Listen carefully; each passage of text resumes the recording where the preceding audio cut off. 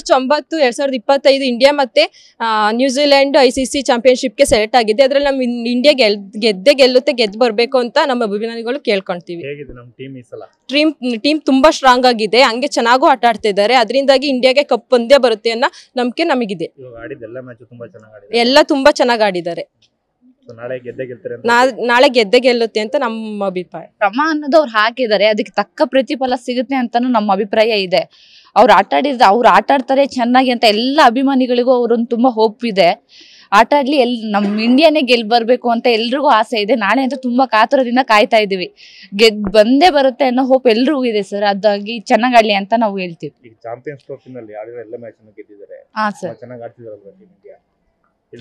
ಎಲ್ಲ ಮ್ಯಾಚ್ ಕೂಡ ಚೆನ್ನಾಗಿ ಆಡಿದ್ದಾರೆ. ಹಾ ಸರ್, ಎಲ್ಲ ಮ್ಯಾಚ್ಗಳನ್ನು ಕೂಡ ತುಂಬಾ ಚೆನ್ನಾಗಿ ಆಟ ಆಡಿದ್ದಾರೆ. ಹಾಗೆ ಇನ್ನು ಈ ಒಂದು ಮ್ಯಾಚ್ ಅಲ್ಲೂ ಕೂಡ ತುಂಬಾ ಚೆನ್ನಾಗಿ ಆಟ ಆಡಿ ಎಲ್ಲರೂ ಆಸೆನೂ ಈಡೇರಿಸಬೇಕು ಅಂತ.